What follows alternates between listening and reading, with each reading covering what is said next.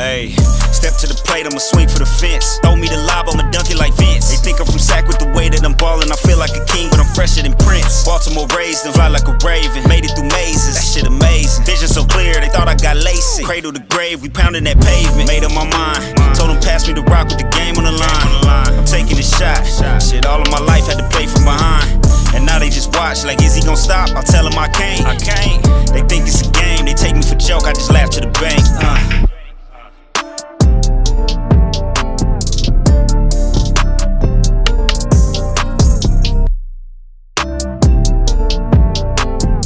Hey everybody, welcome back to a special episode of the WWB Sports Podcast. Today we have a special interview with a gentleman who's produced a wonderful book here, and we're really going to get into the nuts and bolts of it and get to know who he is. We really try to champion people that create wonderful things for the culture, who are by the culture and for the culture. And the gentleman we have on today, we're going to definitely get to know him, and he's definitely doing that. So everybody, welcome in the author of Pro Wrestling's Black World Champions, Mr. David L. Shabazz. Yes. Thank you, sir. Glad to be here. Brother Shabazz, how you doing, man? I'm good. Thank you for having me on. Oh, it's more than a pleasure. It's always great when people actually use the email that we have to try to collaborate. Because sometimes, people want to reach out or try to do stuff. I'm like, do it. Talk about how you became aware of the WWB Sports Podcast and what made you reach out, because it's really flattering to do that, and I'm appreciative of that, and I'm excited about talking about this book. But what made you interested in reaching out to us?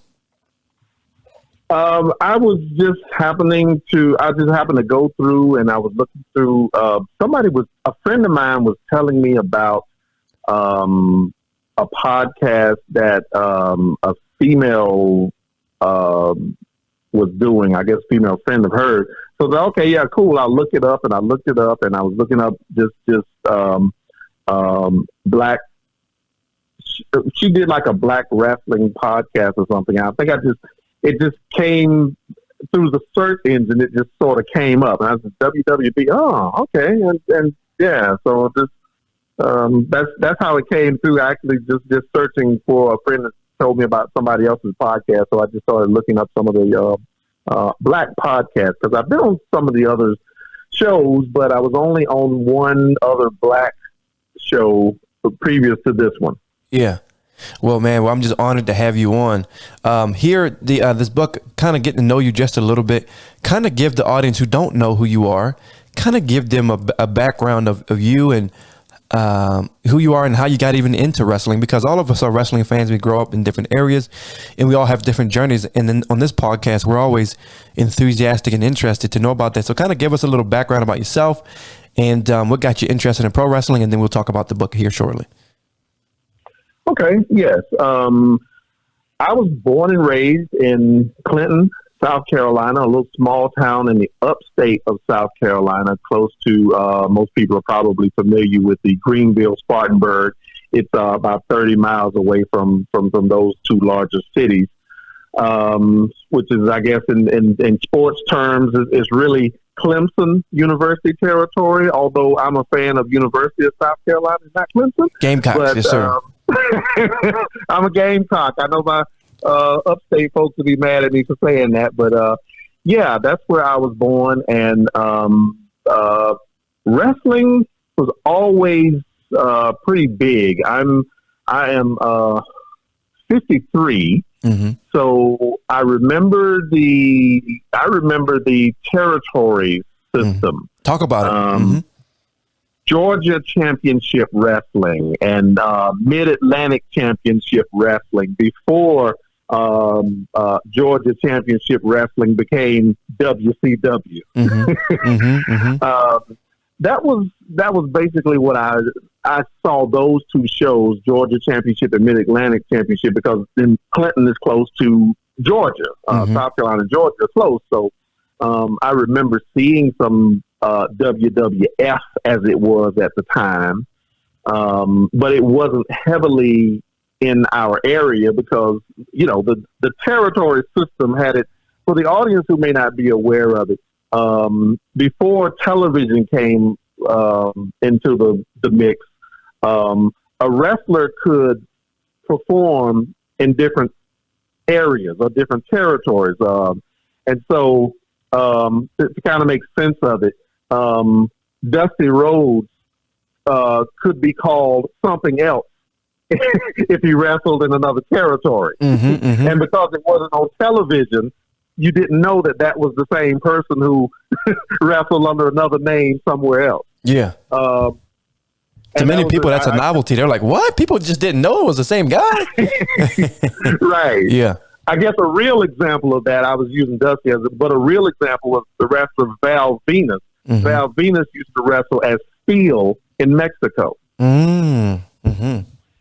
And so, so before television, there were the territories, and wrestlers went back and forth through different territories, and the National Wrestling Alliance, the NWA, I know you probably know this, but just in case, people in the audience don't know, the NWA used to control all of those, and all of the territories had somebody, Vince McMahon, Jim Crockett in Georgia, all of those guys sat on the board of directors. And so they would select the champion, and they would send the champion to those different areas. But yeah, so that's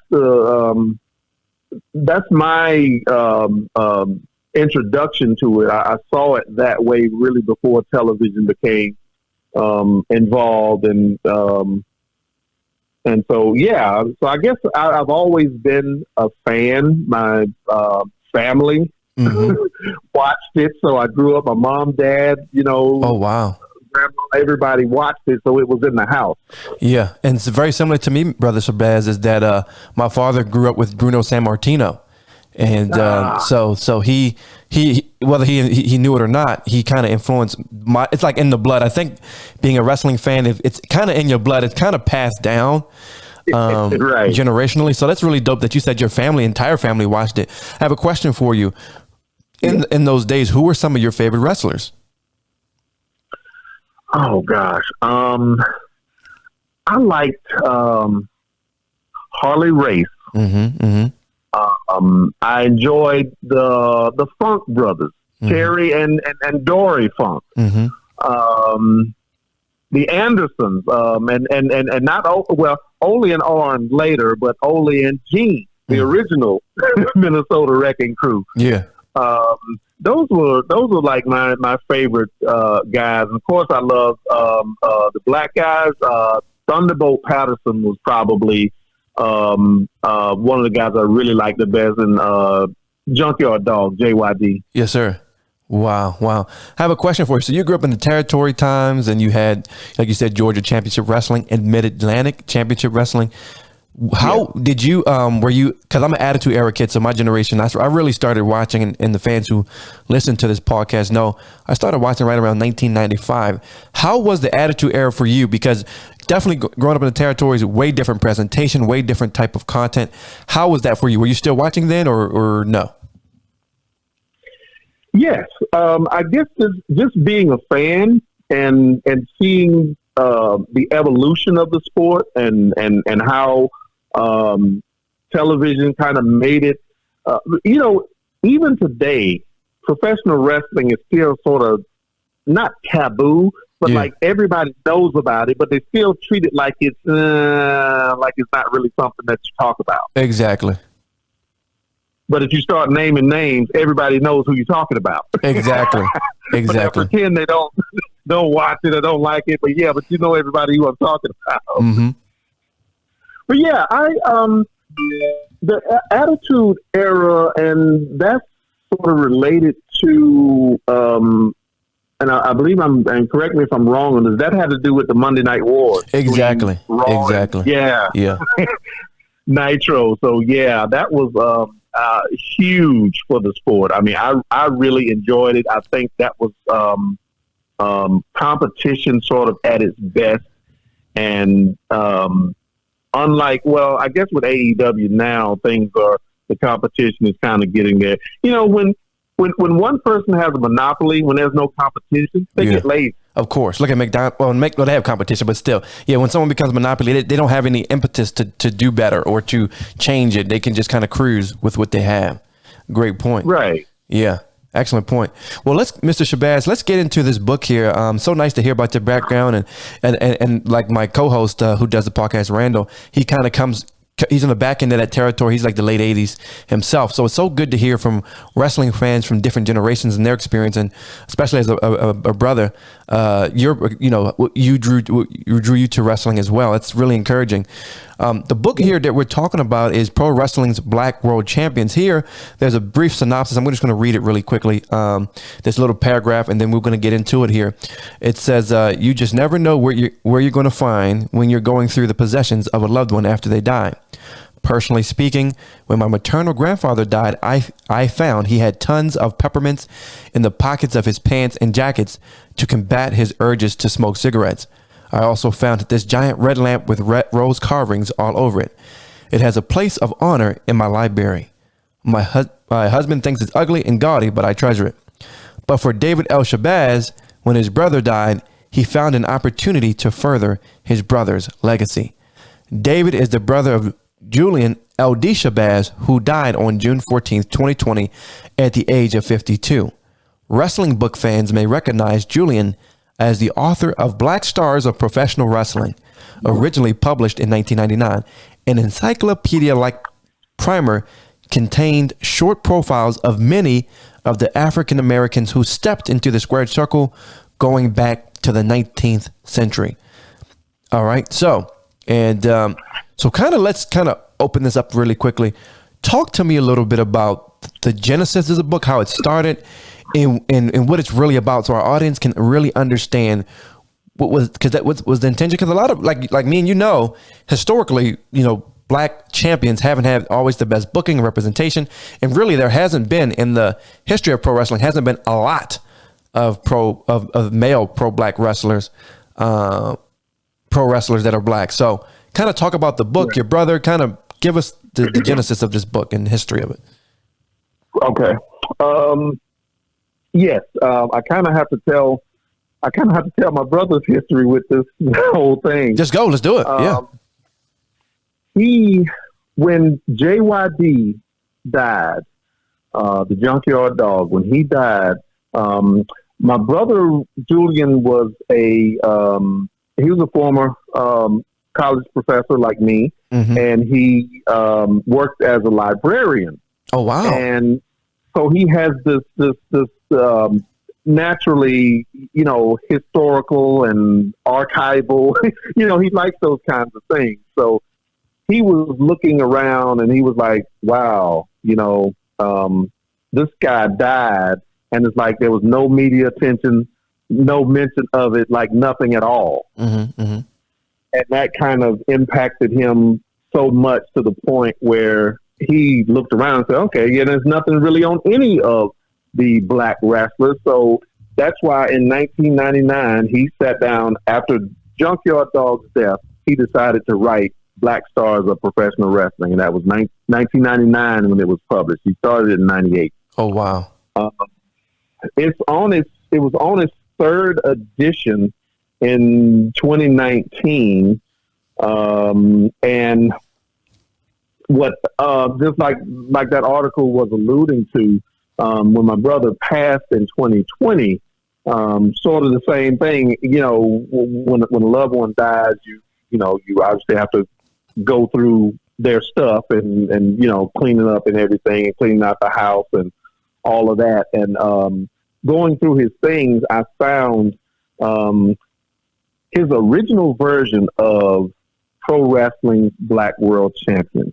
Or I'll say the first edition of it, because it was like a total of maybe 35, 40 pages. He had originally had that as a PDF, and he did actually print it up into a printed version that was saddle stitched. To give an idea, so it was more of a booklet kind of thing. And I don't think it really pushed that much, but so when I found that, I came across it. And I said, "Wow, okay, and the natural grieving process." Mm-hmm. As part of my healing from losing him unexpectedly like that was like, okay, I can give tribute to him by updating his book and putting it out there. And even as you'll notice, his name is on top of mine. Yes, sir. It was originally his book, Mm-hmm. and all I did was update it, and this is the second edition of his work. Yes, sir. Wow. Yeah, I definitely can relate to you. I lost my sister last year unexpectedly as well. And I definitely feel you and how important it is to keep that legacy. A sibling love is like no other, man. It's like you argue, you fight, but at the end of the day, you got each other's back, right? Right. Yeah. Right. So who was the older of the two, you or him? He was older. He was 19 months older than me. Okay. Yeah, my sister was about 3 years older than me. Wow. So talk to us, because we know in the story, and this is so great, that the undertaking that you and your brother have done, especially making people aware of Black World Champions, because the representation is getting better, but it's, like you said, historically hasn't been there. Talk about how important it is for this generation of Black wrestling fans who see Bianca Belair, who see Bobby Lashley, who see a Big E, right? But in your time, it wasn't necessarily a big thing. Talk about how important that is for that story to be told, and why we should care about that. Because it is Martin Luther King Day that me and you are recording this, who is also a trailblazer. In a lot of ways, you and your brother are trailblazers by creating such a book. So talk about that. Absolutely. One of the reasons why, I guess even to back up a little more about that book, Mm-hmm. it was so small because he was asked to write an article for I believe it was Kayfabe Magazine, Mm-hmm. one of the wrestling magazines, about the Black champions. Yes, sir. And that's where it came from. And so after writing that article, he decided to expand it into a larger publication. Mm-hmm. And it was only 30-something pages, because he was still following his same, just giving little briefs about it. But there were only 12 people profiled when he wrote the first edition in 2009. Oh, wow.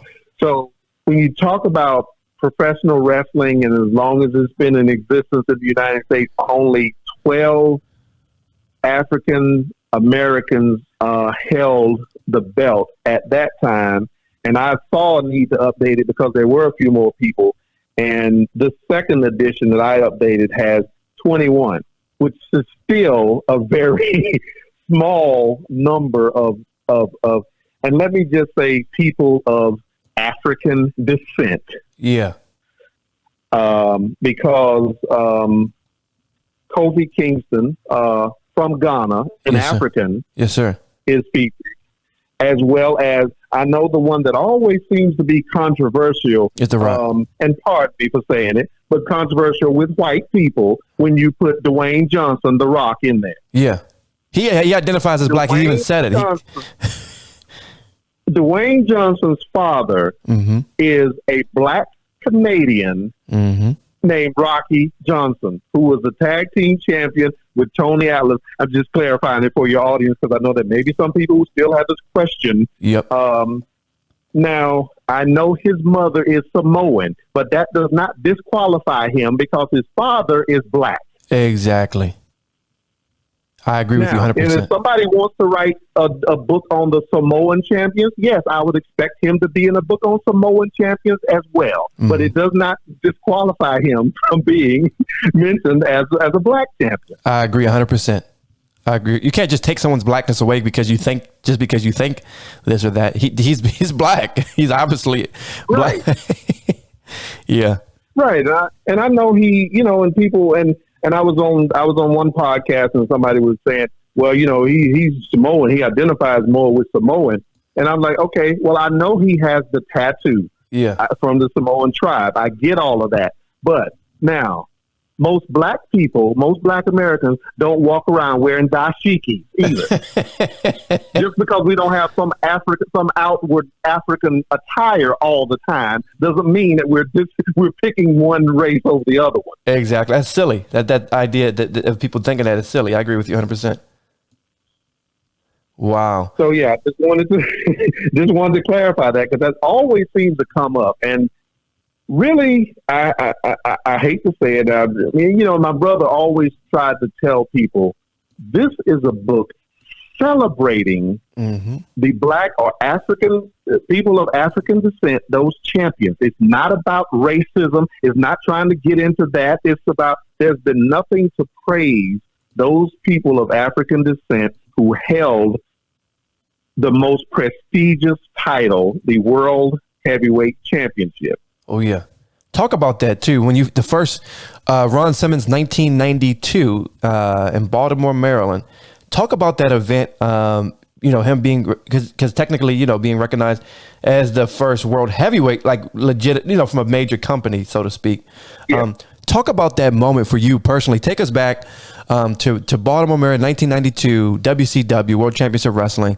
That moment, kind of put us in that seat of how, maybe give us a little idea, because a lot of us I was 2 years old when it happened. So that was quite a while ago. Talk about that moment and your assessment and that historical moment. Put us in your shoes. Well, it was a great moment. It was fantastic to see that, because Ron and his partner Butch Reed at the time were dominant tag teams as Doom. Yes, sir. And you never really kind of did not expect him to get the championship, but it was almost you could kind of see the momentum building, and almost as if they were the company WCW was kind of priming the audience and maybe testing the audience to see how people would react to it. So we kind of saw it coming, and they had a good impression. So so when Ron Simmons it wasn't a total surprise. Because they had kind of primed everybody for it, but it was still exciting to see him win the belt. And I don't think he held it long. I think he held it a year, maybe less. But but it was a great moment, and everybody celebrated. It was wonderful to see. It was a huge event, because all of the baby face, the good guys, all came out of the locker room and celebrated with Ron and picked him up and, held him up in the air and everything. So they kind of, it was a big deal. Yeah, no doubt. Wow. Now, have you ever had a chance to meet any of these people in person? No, I haven't. I kind of stayed away from it. It was because it was my brother's thing, and he was the one writing the books on it. So I kind of just stayed away from that. I know he met several of those wrestlers, and he was on TV interviews and all with Booker T and the Cat Miller and several other people. He's met a lot of them, but this was my kind of introduction when I first published this one back at the end of last July. So no, I haven't had a chance to meet any of them yet. Okay. Well, I'm just so excited about. I'm going to probably and talk about how we can get a hold of this, because I'm going to definitely purchase it soon, and I want to support. And I'm actually, I'll post it on social media as well. Talk about where people can find us and what we can do to elevate this book and help elevate your brother's memory and your hard work too, because you've helped maintain this as well. Kind of tell us where we can find and get a hold of it. Thank you. Yes, it's available at all of the worldwide distributors, the Amazon and Barnes and Noble, all of those digital sites. Some of the physical stores have them as well, and if they don't have it in there, they can order it within their physical store. I don't really have a social media page set up for that. I've been as ironic as this may sound, in my day job,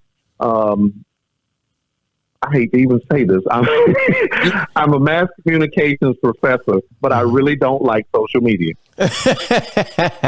No, I hate social media. No. I agree with you 100%. It's definitely ugly in so many ways. I could wax poetic about that all day long. But it's so dope that you're actually a professor, and first of all, it's a very small population of people who are professors, and let alone a black professor. And so I do want to acknowledge you on MLK Day for being a talented person, a person that's willing to do something for the cause, because, you know, we need people who are spark plugs and luminaries like you and your brother. And so I'm going to give you another round of applause here. Hold up. Here we go. Oh, thank you. Yeah. Thank you. Yeah. And even at the time, I remember my mentor was telling me, who happens to be black as well, that there were very few black professors who had a PhD in journalism. I mean, it's so rare, because even most of us who study it, journalism is just one of those fields where when you study it, you usually get a bachelor's and go to work. Yeah. Just like a teacher. You don't really, unless you plan to be a professor at a college and you need that advanced degree. But otherwise, most people just stop after a bachelor's. Yeah. No question about it, man. It's very rare.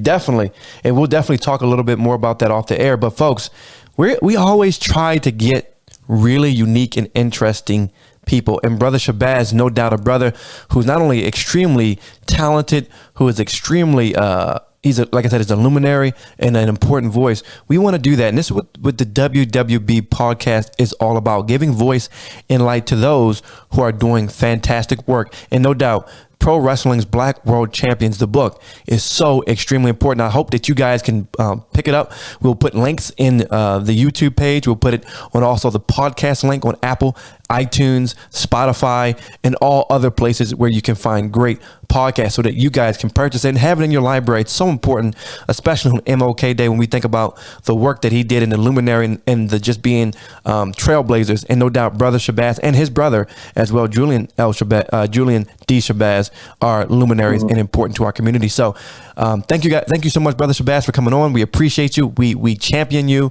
and we uplift you in all that you're doing for the community as well. Oh, thank you. Thank you, my brother. I really appreciate it. Yes, sir. And folks, thanks for coming on the WWB Sports Podcast.